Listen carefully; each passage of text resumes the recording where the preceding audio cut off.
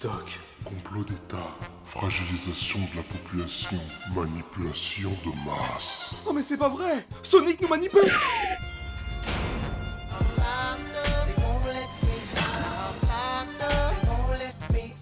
Le go. Est-ce bien toi?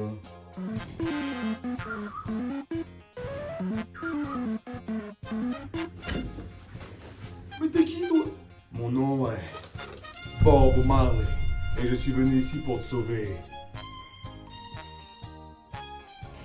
Mais on est dans une forêt là! En effet, la liberté se trouve dans la campagne. La pampa. Ah, la vida está loca. La vie est si belle ici. Je suis un soldat qui est là pour aider.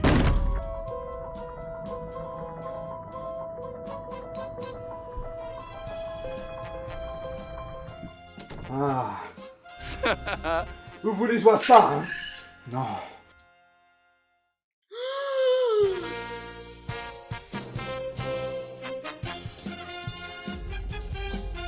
Mais qui voilà?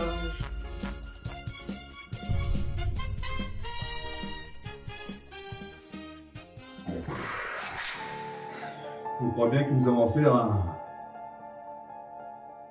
monstre.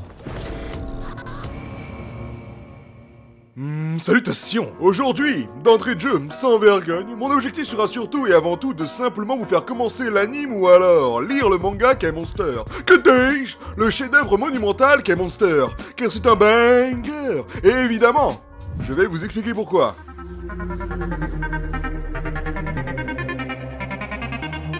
Le tout en étant tout sauf objectif. Eh oui, j'adore les mangas. En effet, il est temps de plier un classique que ce chef-d'œuvre mérite. Monster, ce banger, manga écrit et dessiné par Naoki Urasawa, ce maître, ce génie. Et comme vous pouvez l'apercevoir, je possède tous les tomes. Je suis donc un otaku aguerri. Eh oui, Rien que ça. faites-en autant. Et en passant, profitez-en pour lire aussi 20 Century Boys, recommandé par Urakadabra. Non, attendez, vous n'avez pas compris. Regardez-moi ce design alambiqué, ce design alléchant, ce design qui a envie de... Oh, que se passe-t-il? Monster raconte l'histoire d'un docteur japonais du nom de Kenzo Tenma qui exerce en Allemagne dans l'hôpital le plus réputé du pays. Mais Tenma n'est pas un docteur lambda. Non, non, non. J'ai oublié d'éteindre le gaz. C'est un excellent chirurgien, le meilleur dans son domaine. Une réputation qui le précède même parmi ses collègues. Une fois de plus, j'ai pu constater que votre réputation n'est pas usurpée. Vous êtes génial. Et alors qu'il devait soigner un ouvrier turc qui s'est gravement blessé dans un accident de travail, il est finalement missionné pour opérer une personne plus importante. Un VIP. Sans surprise, il réussit après de longues heures d'opérations périlleuses et délicates. Cependant... Où est-ce qu'il est passé, papa? Il lui arrivait quoi? Dis-le-moi, maman.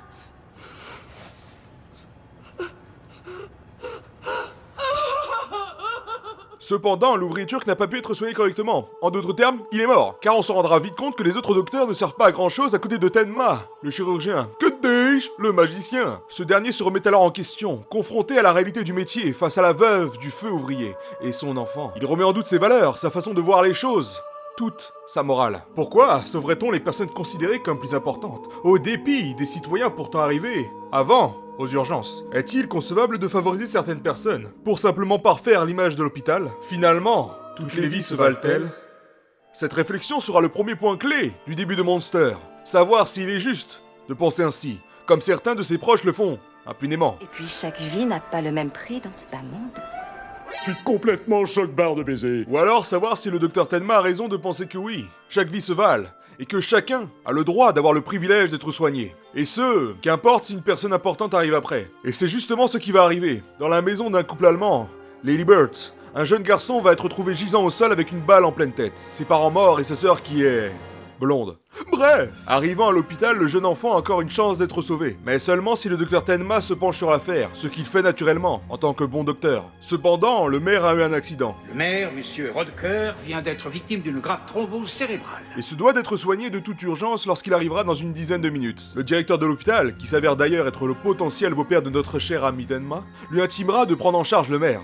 En dépit du jeune garçon. Au milieu du couloir, le chirurgien le plus compétent se posera mille et une questions, mais finira par écouter ses convictions et ses valeurs, mais surtout et avant tout, son cœur. Il part alors pour sauver ce pauvre petit garçon, nommé Johan, ce qu'il réussit à faire au bout d'une opération exténuante. Mais alors qu'il pensait que cette opération emplie de succès signait la fin de son calvaire, il se rendra vite compte qu'en réalité, ce n'était que le début.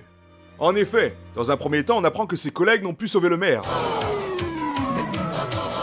On pourrait carrément se demander s'il y a un docteur compétent ici, hormis Tenma, et par conséquent, l'image de l'hôpital est fortement impactée. Pour pallier à cela, ils vont mettre en avant le sauvetage du jeune Johan sans pour autant accorder du crédit au docteur Tenma, et plutôt au valeureux chirurgien responsable du maire, qui est mort, je le rappelle. Pour cette remise de diplôme, j'appelle désormais Urakadabra.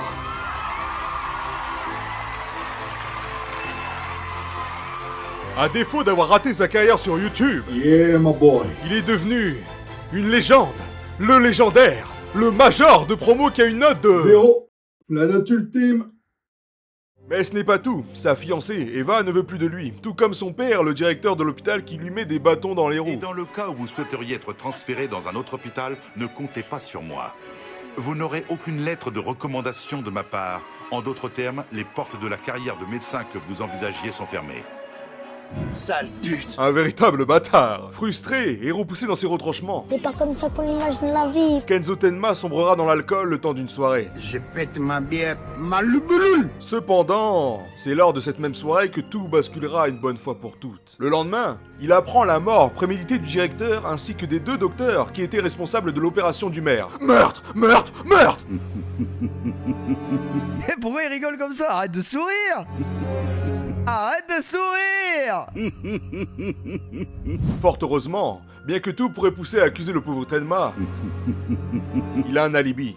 Il se trouvait au bar, à picoler comme un trou. Dans un concours de circonstances, il devient alors chef de la section des chirurgiens. Seulement, 9 ans plus tard, un de ses patients est sauvagement assassiné sous ses yeux.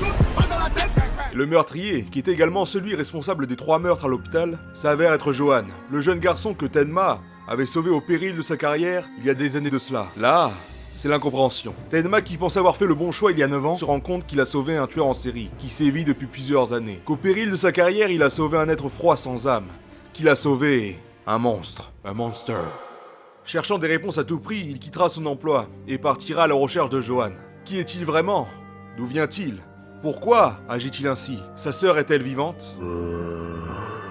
Mais il cherchera surtout et avant tout à réparer son erreur. Si c'est lui qui a redonné vie à ce monstre, c'est à lui, et à lui seul, de lui enlever. Commencera alors une longue chasse à l'homme qui s'avéra bien plus sinistre et mystérieuse que nous l'aurions imaginé. Voilà donc le postulat de base de ce banger qu'est Monster. Et évidemment, cela n'est que le début. Si cela vous donne déjà l'eau à la bouche, et vous donne surtout envie de vous lancer dans cette histoire aussi passionnante qu'intrigante, je peux vous assurer que vous n'en êtes pas au bout de vos surprises. Aïe! Bonjour. Effectivement, je suis un acteur français.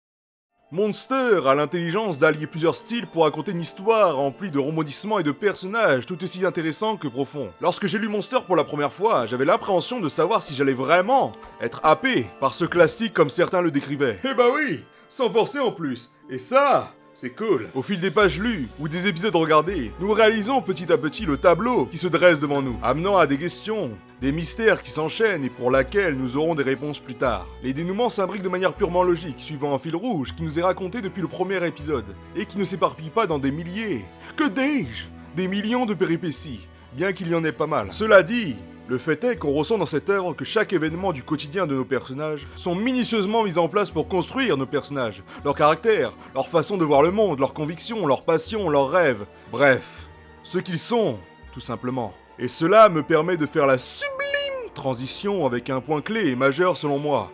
Les personnages, mais surtout et avant tout, l'introduction des personnages. Bien que cela puisse paraître sans importance, je vous assure qu'ici, dans Monster, ce banger, les introductions de personnages sont si bien réalisées qu'on se rend compte qu'on n'a pas besoin d'une arrivée stylée et badass pour les apprécier. Eh oui, rien que ça. Chaque personnage a son importance dans l'histoire, et leurs introductions dans cette dite histoire témoignent de la volonté qu'a l'auteur de rendre son récit réaliste et intéressant. Un personnage qu'on pourrait qualifier de secondaire sans plus, devient finalement d'une importance majeure dans le développement des personnages, ou bien simplement dans l'histoire qui nous est racontée au fil du temps. Dans Monster, le développement des personnages prend une grande part de l'intrigue, car c'est avant tout une multitude d'interactions qui nous révèlent plusieurs informations, plusieurs indications, plusieurs traits de caractère. Dans Monster, les personnages ne sont pas figés dans le temps.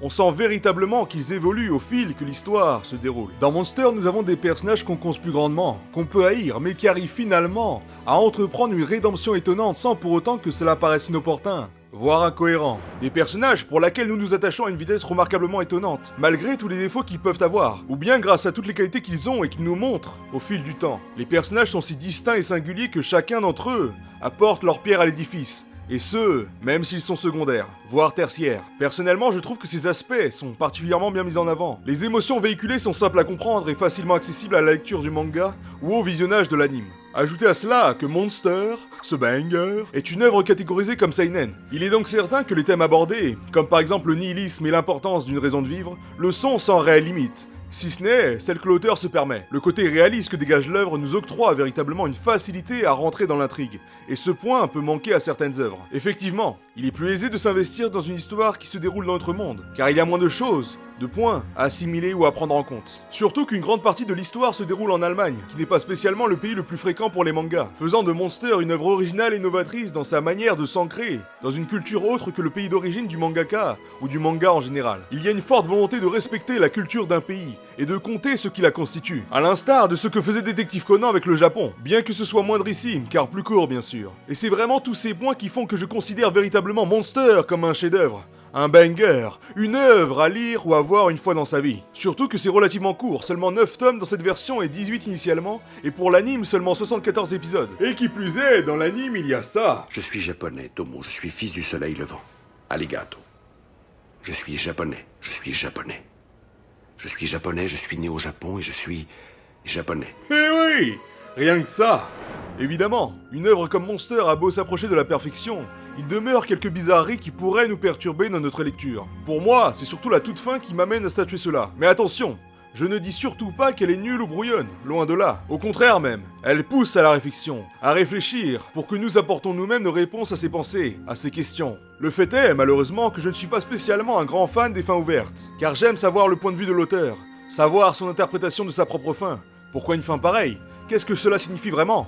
Quelle morale en tirer? Au final, il y a tout de même plein de questions en suspens, et ce problème se retrouve partiellement d'ailleurs dans une autre création du GOAT, Naoki Urasawa, qui est 20th Century Boys, que je vous invite une nouvelle fois à lire tout comme Monster, ce banger. Ou plutôt, ainsi que toutes les autres pendant que vous y êtes. Il faut savoir que c'est grâce à cette masterclass, cette réussite, ce banger, qu'est Monster, que je me suis décidé à acheter tous les tomes. Et bien plus encore, je vous invite donc sincèrement à vous intéresser à cette œuvre atypique et mythique qui vous offrira une expérience unique. Ou bien simplement de s'intéresser aux œuvres de Naoki Urasawa, que ce soit partiellement ou de leur ensemble, car une chose est sûre, c'est que cet homme sait ce que c'est de réaliser des bangers. Bref, il est véritablement temps de mettre du respect sur Monster, ce banger. Eh oui, rien que ça.